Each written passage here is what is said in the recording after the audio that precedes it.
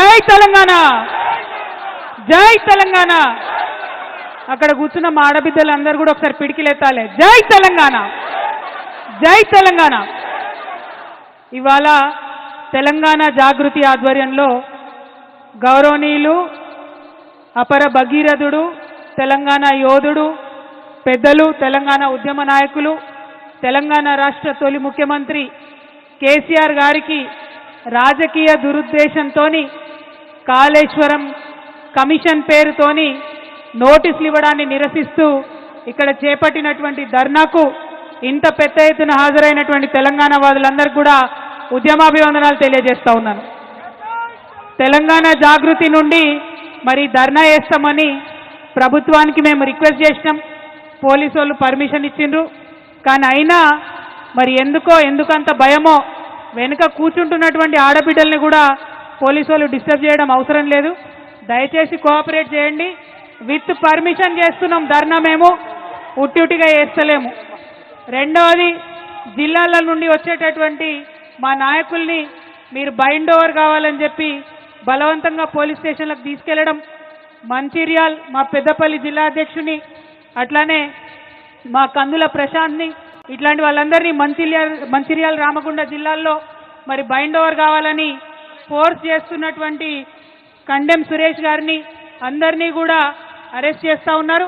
ఇది కరెక్ట్ కాదు. ప్రభుత్వం పర్మిషన్ ఇస్తే ప్రజాస్వామ్యం, ప్రజాపాలన అని చెప్పుకుంటున్నారు. మా వాయిస్ వినిపించనియాలి. అంత భయం అయితే పర్మిషన్ ఇవ్వకండి. ఎందుకోసం భయపడుతున్నారు ఇవాళ ముఖ్యమంత్రి గారు కానీ ప్రభుత్వం కానీ? ఎందుకంటే మీరు చేస్తున్నది 100% తప్పు అన్న విషయం మీకు తెలుసు. ప్రజాక్షేత్రంలో మేము మిమ్మల్ని ఎండగడతామన్న విషయం తెలుసు.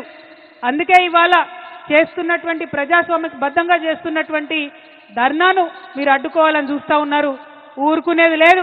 మీరు మమ్మల్ని ఇక్కడ అడ్డం పడితే, హైదరాబాద్లో చేయనీయకపోతే జిల్లా జిల్లా పోతాం బిడ్డ, గల్లీ గల్లీ తిరుగుతాం.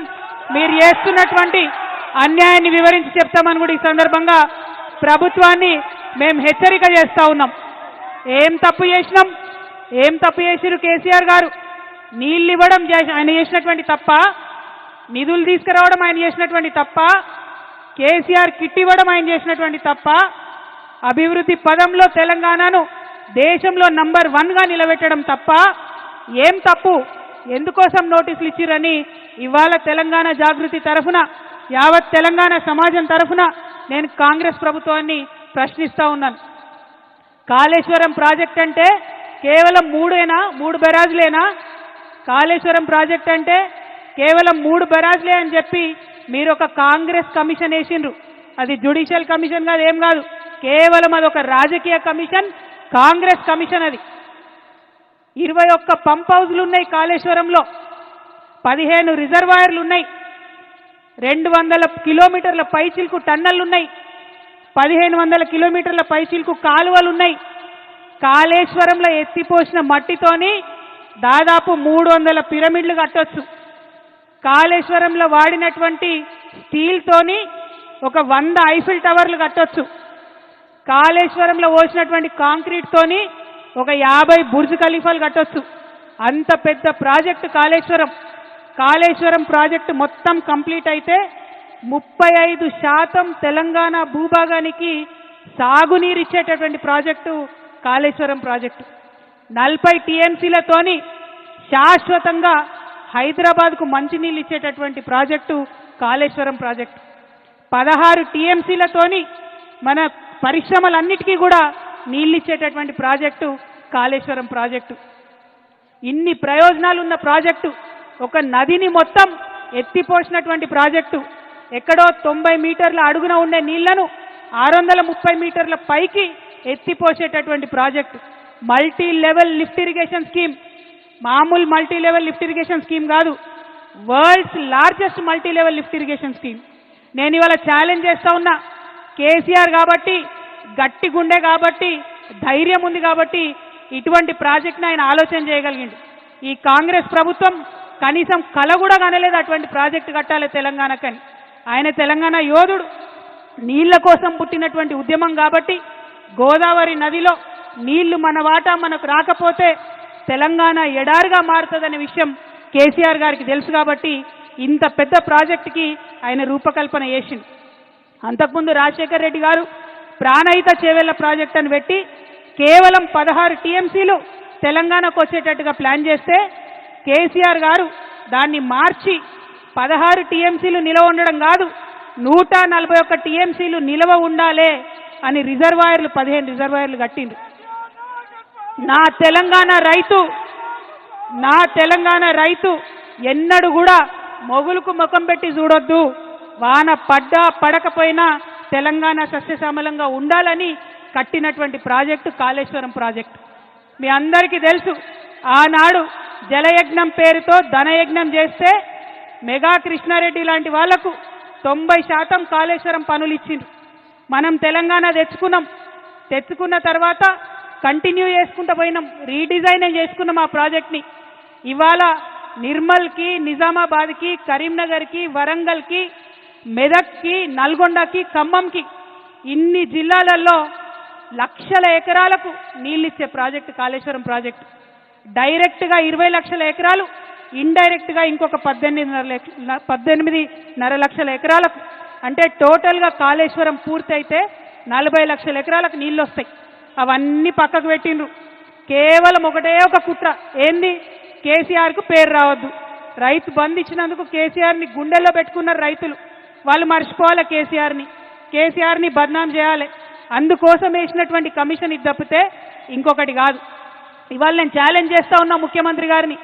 మీ గురువు గారు చంద్రబాబు నాయుడు గారు 200 టీఎంసీ గోదావరి నీళ్లు ఎత్తుకపోతా ఉంటే బనకచెర్లకు నేను తీసుకపోతా అని ఆయన బాజాప్తా కాలర్ ఎగ్రేసి చెప్తా ఉంటే ఎందుకు మీకు ధైర్యం వస్తలేదు లేఖ రాయడానికి? అపెక్స్ కౌన్సిల్ మీటింగ్ పెట్టమని మీరు ఎందుకు అడగలేకపోతా ఉన్నారు?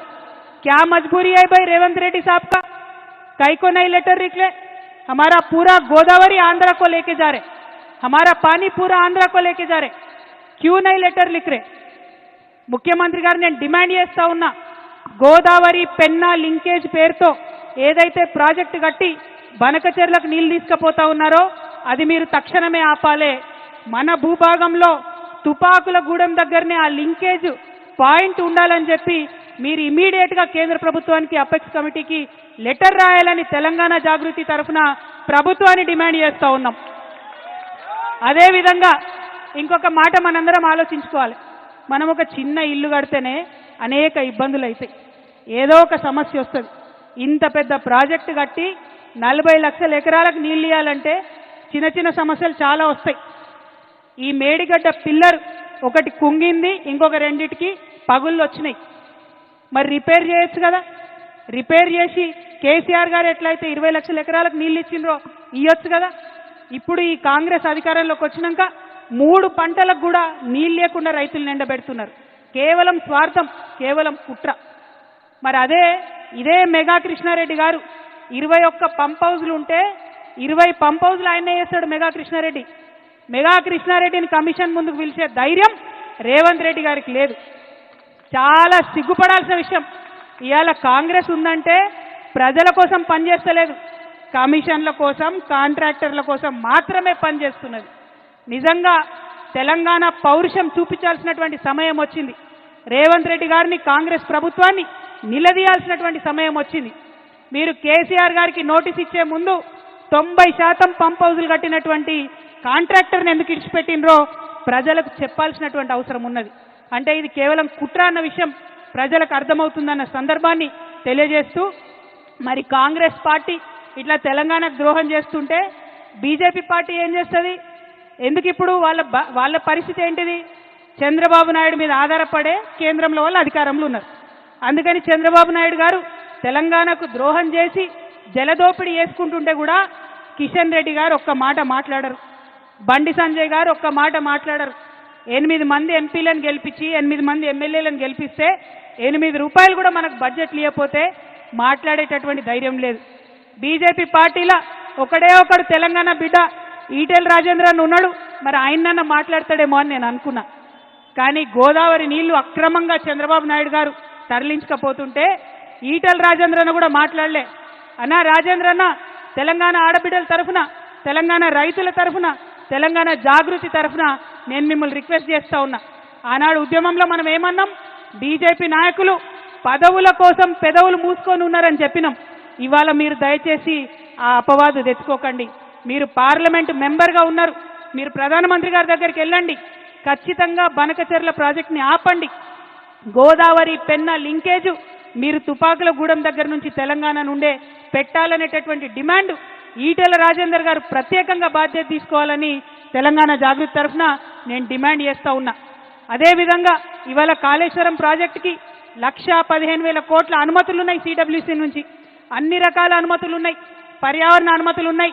ఖచ్చితంగా కాళేశ్వరానికి నేషనల్ ప్రాజెక్ట్ స్టేటస్ తీసుకొచ్చేటటువంటి బాధ్యత కూడా ఈటెల రాజేందర్ అన్న తీసుకోవాలని చెప్పి నేను ఈ సందర్భంగా డిమాండ్ చేస్తా ఉన్నా. మరి మీ అందరినీ నేను కోరేది ఒకటే, తెలంగాణ ఉద్యమం పుట్టిందే నీళ్ల కోసం, నిధుల కోసం, నియామకం కోసం. ఇవాళ నీళ్లలో అన్యాయం జరుగుతుంటే చూసుకుంటూ ఊరుకునేదే లేదు. ఒకవేళ మనం డిమాండ్ చేసినట్టు ముఖ్యమంత్రి గారు ఉత్తరం రాయకపోయినా, బీజేపీ పార్టీ వాళ్ళు చర్యలు తీసుకోకపోయినా తెలంగాణ జాగృతిని గల్లీ నుండి ఢిల్లీ దాకా ఉద్యమం చేస్తాం. మన గోదావరి నీటిలో మనకు రావాల్సిన 1000 టీఎంసీలు వచ్చేంత వరకు ఒక్క బొట్టు కూడా బనకచెర్లకు తరలిపోకుండా ఉద్యమాలు చేస్తామని ఈ సందర్భంగా తెలియజేస్తూ, మరి ఇక్కడికి పెద్ద ఎత్తున వచ్చినటువంటి నాయకులకు అందరికి కూడా మనస్ఫూర్తిగా ఉద్యమాభివందనాలు తెలియజేస్తా ఉన్నాను. కేసీఆర్ గారికి నోటీస్ ఇచ్చిరంటే యావత్ తెలంగాణకు నోటీస్ ఇచ్చినట్టే అని భావిస్తూ, మరి కేసీఆర్ గారికి నోటీసులు ఇచ్చి మీరు ఇబ్బంది పెట్టేటటువంటి ప్రయత్నం చేస్తే మేమందరం కూడా ఒక రక్షణ కవచంగా వారి చుట్టూ ఉంటాం. కేసీఆర్ గారి మీద ఈగ వాళ్తే కూడా ఊరుకోమని చెప్పినాం. ఖచ్చితంగా అదే పదునైనటువంటి స్వరం వినిపిస్తామని ఈ సందర్భంగా తెలియజేస్తూ, మరి నీళ్ళిచ్చిన కేసీఆర్కి నోటీసులు ఇవ్వడం అంటే నిజంగా సిగ్గుపడాల్సినటువంటి సందర్భం.